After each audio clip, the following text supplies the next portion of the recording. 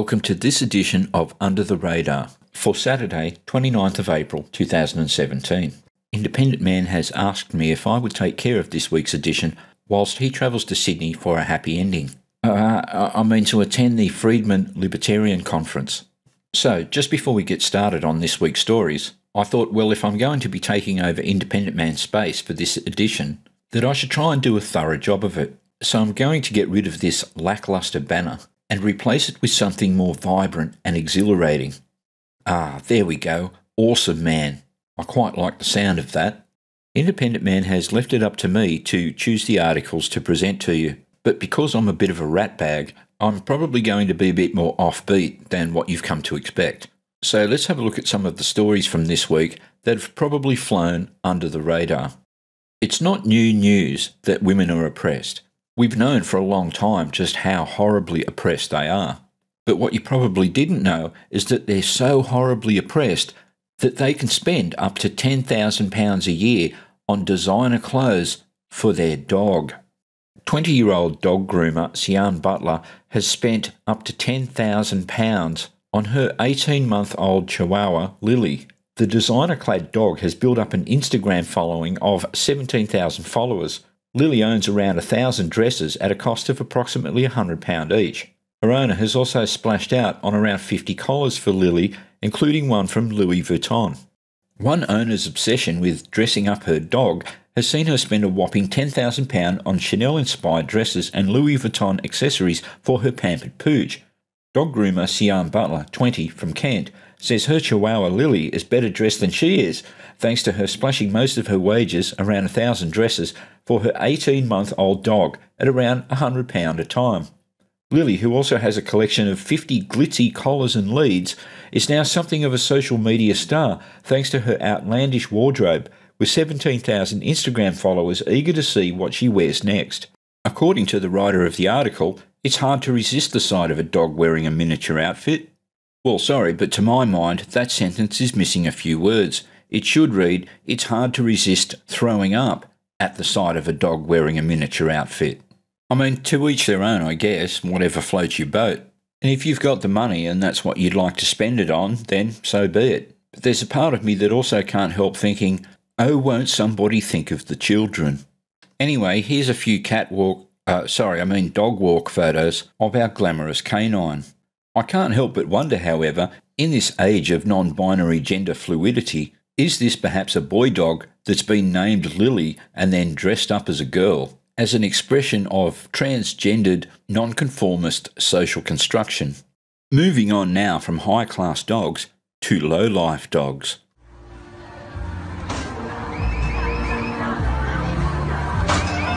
Here we are in sunny Germany.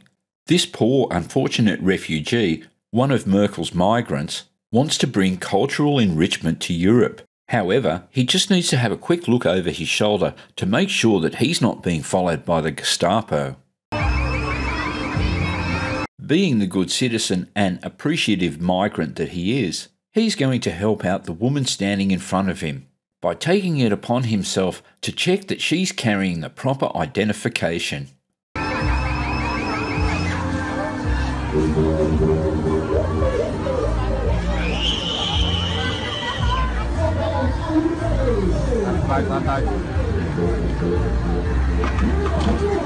Oh no, what's that horrible white oppressor doing?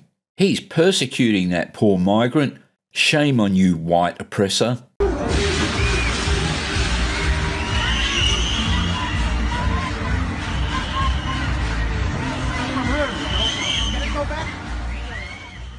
The murder that shocked Germany, and why its leaders are still in denial over the migrant crisis. A medical student, 19, was raped and throttled to death by Afghan in Germantown with signs proudly saying, "Refugees welcome."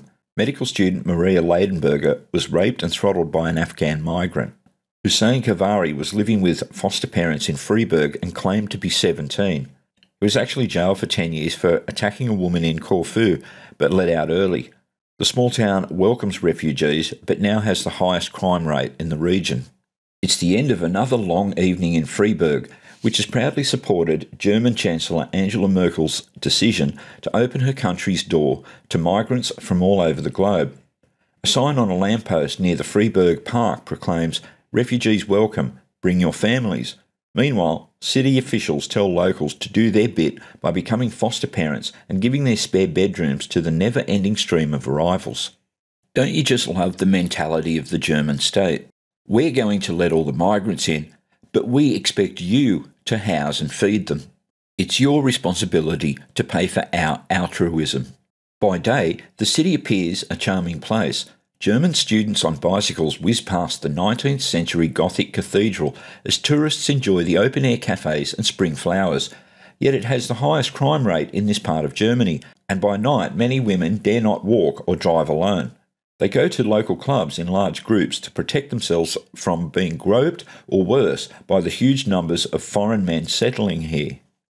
This week it was revealed that the crime rate among Germany's migrant population rose by more than 50% last year.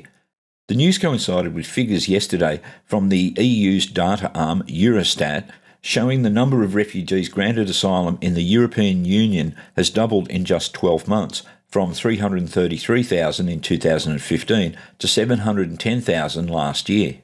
Ah yes, the reasoning. We've got hundreds of thousands of refugees pouring in that we can't afford to house or feed, and so we're handballing that responsibility, that burden, onto our citizens. There's been a major increase in crime and sexual assault, and discontent, anger and fear is growing amongst our native population. This is a real problem, so what should we do about it? I know. Let's double the amount of refugees that we let in. Germany alone granted asylum to 445,000 people in 2016, a threefold increase in a year, accounting for 60% of all those given refuge in Europe. Britain granted protection to 17,000, the seventh highest number in the EU. Most of the crime hike was not caused by genuine refugees fleeing the Syrian crisis, but migrants from other countries, such as Afghanistan, the Balkans and Africa, who have slipped in, are unlikely to ever get asylum, yet have not been deported. Well, there's probably not much point in even applying for asylum when you have a government that's not even going to bother deporting you anyway.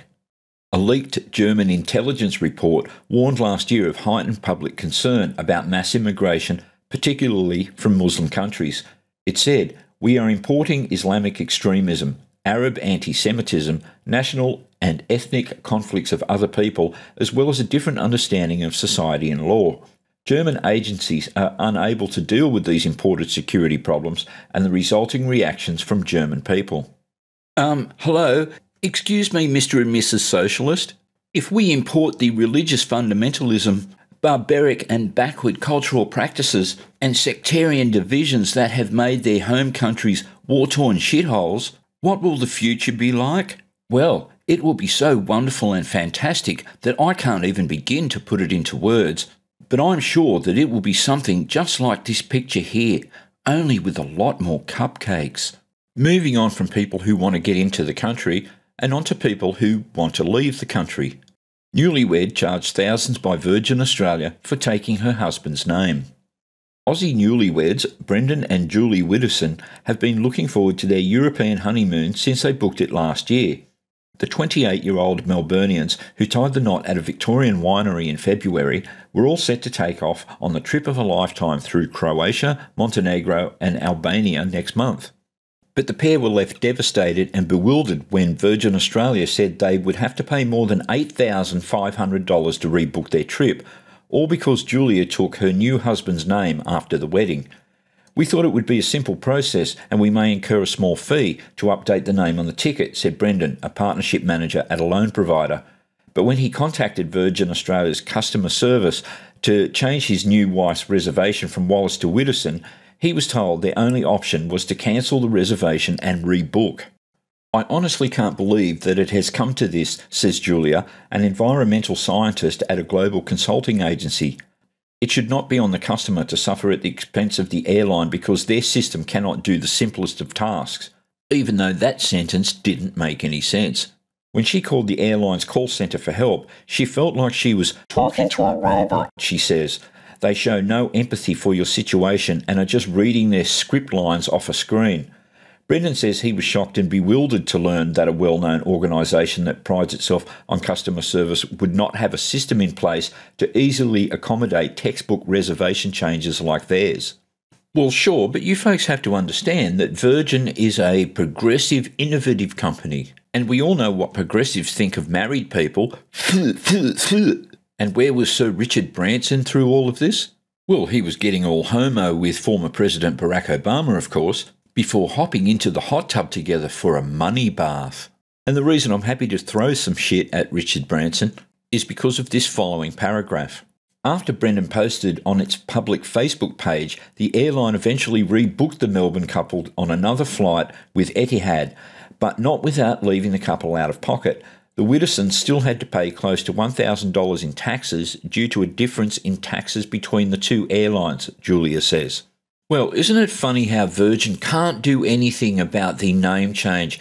Tell them that their only option is to cancel and then rebook the flights at a cost to them of $8,500 until they get on Facebook and start complaining publicly. Then all of a sudden, it can be done. It is possible. Isn't that just amazing? And the final story for this edition of Under the Radar? Men's penises are getting bigger, and here's how we know. Oh, and look, there's even a quaint little picture to go along with it. Good news. Research suggests that men's penises appear to be getting bigger. A new survey conducted by condom brand Skin reveals that the average penis size has grown by around an inch. Last year, a collaborative study between King's College London measured how well endowed 15,521 men were. The research revealed that the average penis length was 13 inches when erect. Well, I've got a bit of a bone to pick with that first paragraph. Firstly, you say that the average penis has grown an inch, but you don't say over what time frame, which makes the claim meaningless. Do you mean that they've grown an inch since 35,000 BC or since last Wednesday? Ratios are meaningless unless you have something to compare them to. For example, if I said that my brother was 4.5 foot tall, would you describe him as being tall or short? You'd probably describe him as being short. But if I said my brother is 4.5 foot tall and 3 years old, then suddenly it becomes apparent that he's not short, he's exceedingly tall. And the second point is that you actually haven't put a number against inches, only centimetres. So let's offer up the comparison in inches. And finally to that paragraph, your average 13 centimetres is based on a test sample of 15,521 men. But we'll come to that one in a moment. A sex survey this year's carried out by Skin reveals that this size is significantly bigger for millennials. Sure it is. The investigation has estimated that the average penis size for 18 to 34-year-olds is around 6.1 inches when fully aroused. Well, again, you haven't given us the sample size for this one. Is it 15,521? Or was it the 4 guys scrunched into the back seat of your Toyota Corolla that came home from the pub with you? Of the 15,521 in the first test case, how many of those were between 18 and 34? Ultimately, you've provided evidence of nothing. Effectively, you're comparing chalk and dick cheese. While some believe that men are becoming increasingly well endowed because of evolution, truth by assertion, others have pointed to flaws in the latest study. Research was taken from 3,037 sexually active people who filled out an online form. It's very likely that many of these men may have exaggerated about how much they're packing in their pants. No shit, Sherlock, which could explain the jump in results. In December, reports showed that men almost always lie about how big their manhood really is. Do you mean in the same way that women usually lie about how intelligent they are? Ooh, I bet you didn't like that one. And lastly, this might be because experts believe size does matter. Scientists recently revealed that men with longer appendages give women more orgasms.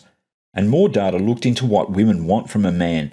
And ideally, that's someone with a penis measuring 15.7 centimetres. You know, you could have circumvented, that's right, I said circumvented, that whole thing by just putting up the headline, "Millennials more likely to lie about the size of their penis."